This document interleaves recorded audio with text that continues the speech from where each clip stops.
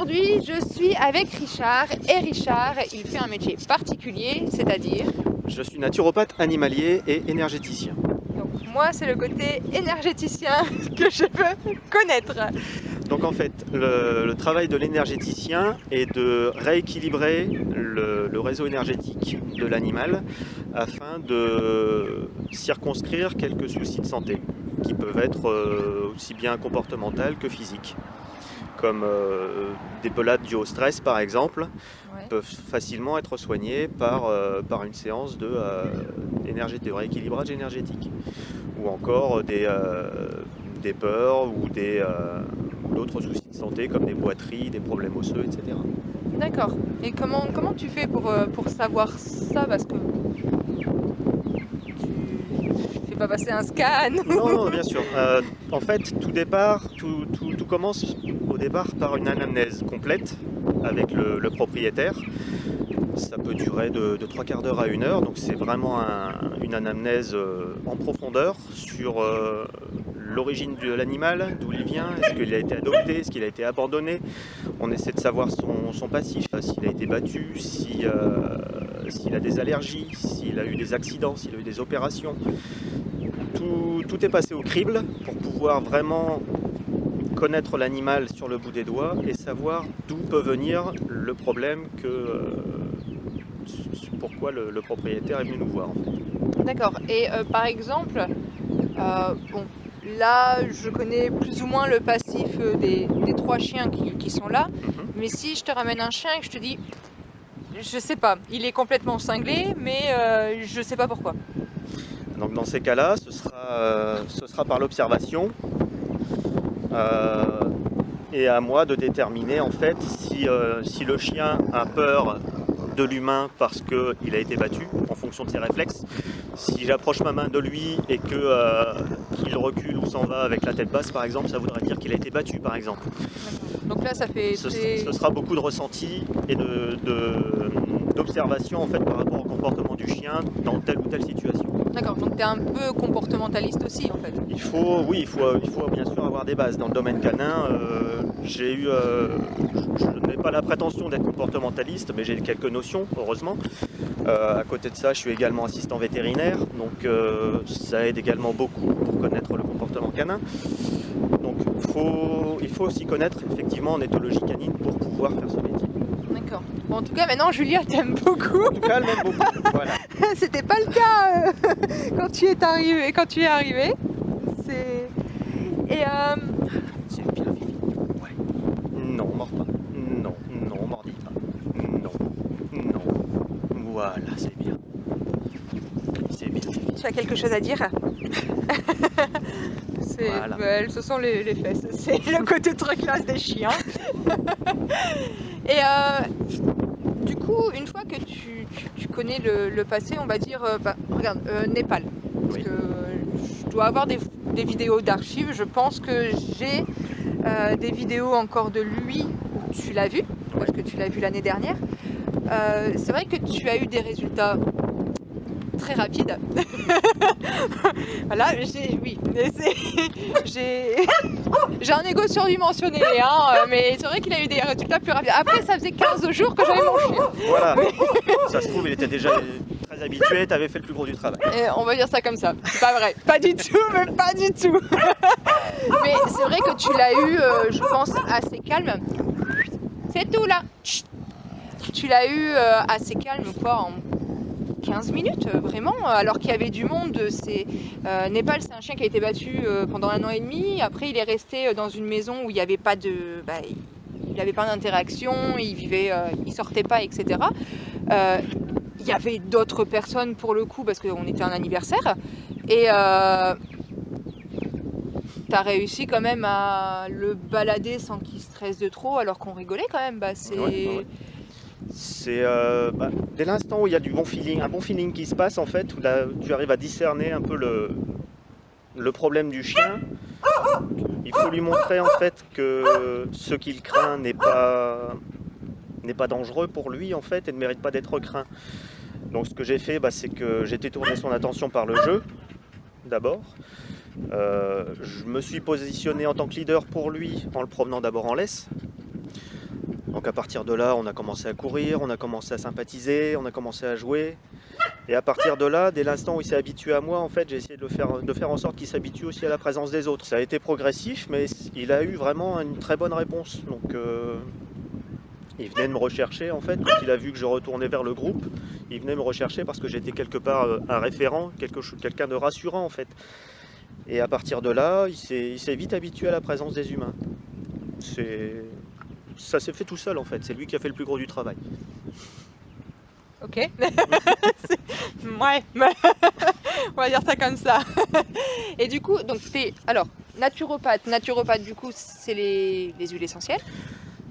Oui, entre autres, c'est les huiles essentielles, c'est l'homéopathie, c'est la phytothérapie, c'est l'alimentation.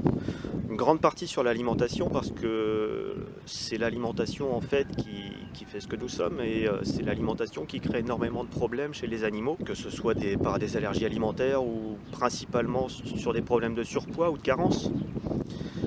Et en tant que naturopathe, énergéticien, ce que je remarque également, c'est que bien souvent, les problèmes des propriétaires ont un impact sur la santé du chien. C'est-à-dire que par exemple, un exemple très simple, un propriétaire qui est stressé par son travail, par exemple, le chien sera stressé également. Et ce stress, en fait, c'est une façon pour l'animal de dire que quelque chose ne va pas dans la vie de son humain. Donc pour revenir à cet exemple, une personne stressée qui rentre chez lui, le chien lui a mis la misère dans son appartement, il a retourné le canapé, il a bouffé le courrier, bref, je passais des meilleurs. C'est pour signifier que le train de vie du maître doit être changé quelque part. Et c'est également mon métier de prévenir les propriétaires que c'est aussi de leur responsabilité de leur faire mettre en fait le doigt sur leurs propres problèmes pour résoudre le problème du chien. D'accord, donc là c'est vraiment en gros une thérapie de couple en fait. Oui, c'est exactement ça, parce que le lien entre maître et animal est très comment dire, pas fusionnel mais complémentaire quelque part, parce que les chiens ont quelque chose à nous apprendre, c'est comment bien vivre, parce que eux en fait vivent très bien quand ils sont bien dans leur peau. Et ils ressentent tous les problèmes que leurs propriétaires peuvent avoir, ils sont très empathiques. Il vient de te balancer le jouet au-dessus de la tête, mais la délicatesse de Julia. Et donc en fait, ils sont là pour nous apprendre que si quelque chose ne va pas chez nous, ils sont là pour nous pointer notre problème à leur façon, quelque part. D'accord. Et du coup, c'est vrai que ça, on m'a beaucoup posé la question. Je la pose là aujourd'hui, je ne savais absolument pas qu'il allait me parler de ça. Vraiment, l'alimentation. Alors moi, je suis nulle, c'est vrai que je prends des croquettes, parce que les croquettes, c'est la facilité. Bien sûr. C'est maintenant de la pâtée pour Stella, parce qu'elle a du mal à croquer les croquettes, même si j'essaye de faire un mélange pour le côté abrasif des croquettes pour éviter le tartre. Par contre, du coup, tu conseilles quoi, toi, comme alimentation? Comme alimentation, déjà la plus équilibrée possible en fonction du besoin énergétique de l'animal. Donc ça, après, en fonction du chien, déjà, si c'est un chien de travail qui a énormément de dépenses énergétiques, par exemple un chien de berger ou même un husky qui a besoin de courir régulièrement, il n'aura pas la même portion ni la même valeur énergétique. Sa portion n'aura pas la même valeur énergétique qu'un Yorkshire qui passe sa vie à dormir dans un appartement. Et donc c'est à moi pendant l'anamnèse en fait de déterminer quelle portion en fonction de l'alimentation. Non, pas de trou par contre dans mon jardin, t'es gentil. Ah, elle a trouvé un Julia. trou Ah non, là, elle est... de rongeur. Peut-être. Non mais, Qu'est-ce mon que t'as trouvé jardin. Qu'est-ce que t'as trouvé? Truffe sale. Ramène un jouet, Julia. Julia, prends le jouet. Prends le jouet. Oui, je commence à en avoir marre d'avoir des trous dans mon jardin en fait. J'ai plein de trous de l'autre côté en fait. Ouais, ça va être verdun, bien. Non, fini les trous. Merci. Voilà. En plus, elle a des trous pleines de terre. Bravo. Ah oui. Et du coup, en fait, ça peut être des croquettes, ça peut être de la pâtée, ça peut être du bar, ça peut être... Oui, bien sûr. Bon, la solution de facilité, comme tu disais, c'est les croquettes, forcément. Mais le mieux quand même c'est la nourriture bio, bien entendu, même si c'est pas toujours évident. Et bon, pour les maîtres qui ont les moyens, je peux proposer des menus déjà prédéterminés avec une valeur énergétique propre à chaque animal selon leur morphologie, leur race, leur poids, etc. C'est la ration ménagère en fait. Oui, c'est une ration ménagère. Bon, après, l'avantage c'est que ça peut être congelé, ça peut être préparé à l'avance. D'accord.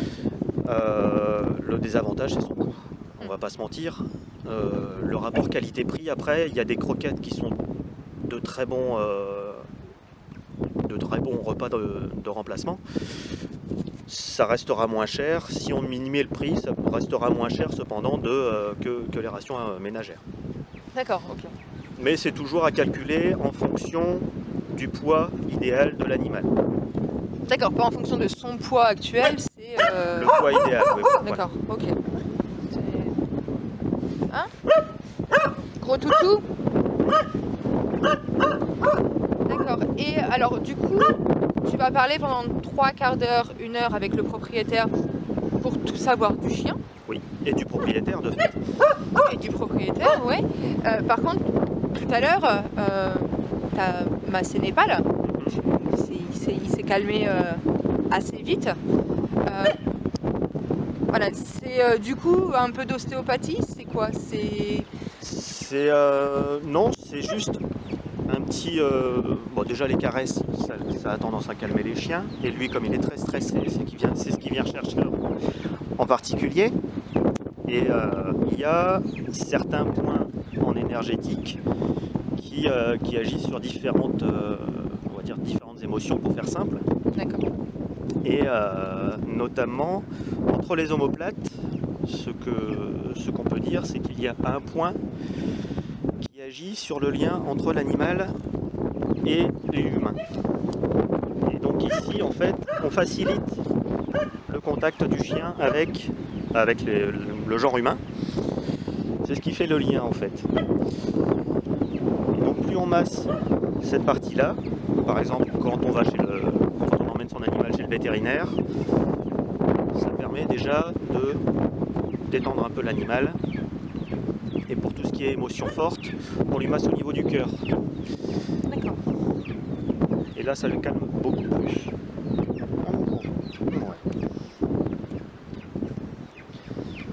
Bon, après, il y a toute la partie magnétisme où on agit plus particulièrement sur un centre énergétique. Mais là, si je rentre dans le détail, on en a pour 3 heures. Ouais, non, déjà quand je fais 20 minutes, je me dis, oh mon dieu, c'est beaucoup trop long. mais ok. Et donc, du coup, au bout de combien de séances les propriétaires peuvent voir déjà une amélioration? Ça dépend de la réceptivité de l'animal. J'ai eu dernièrement une chatte qui avait des terreurs nocturnes et qui urinait systématiquement, oui, sur le canapé. Donc la chatte se réveillait en pleine nuit en hurlant et complètement désorientée. D'accord. Donc la propriétaire m'appelle pour ce problème et il a suffi d'une séance en fait pour régler ce problème avec un nettoyage énergétique complet en fait. Donc j'ai repris des nouvelles une semaine plus tard et la propriétaire était ravie. La chatte se réveillait encore la nuit par habitude en fait, parce qu'elle avait pris le rythme de se réveiller, mais plus de terreur nocturne, plus de pipi sur le canapé. D'accord. Et une propriétaire ravie. Ouais, pour le coup, surtout les chats. Les chats, Voilà. c'est... Après, moi, je suis plus chien, donc c'est vrai que j'ai des chats, mais mes chats, c'est... Voilà, je pars du côté t'es très indépendant, machin, truc, Ouais. je sais, c'est pas toujours très indépendant, mais voilà. Ok. Et du coup, donc toi, tu peux laisser un traitement ou... Je peux, en tant que naturopathe, conseiller. D'accord. Je ne prescris rien, je conseille uniquement. D'accord. Donc ça peut être des conseils en homéopathie, ça peut être des conseils en fleurs de bac, ça peut être des conseils que des produits naturels en fait. D'accord. Et des soins énergétiques. Super. Bah, je te remercie. Je t'en Parce prie. que c'est vrai que je te vois plus à l'œuvre et j'en parle pas de trop. Je te vois un peu là. Voilà, donc voilà, si vous voulez en savoir plus, bah, commentez. Si vous avez aimé, abonnez-vous. Et en lien, bah, je vous laisse des liens très utiles en dessous de la vidéo. Vous pouvez vous abonner, tout ça, voilà, vous savez, liker, disliker, tout ça. Voilà, bon, on a bravé le froid. J'ai les mains méga rouges pour vous. Et je vous laisse avec des petites vidéos de Richard à l'œuvre. Au revoir!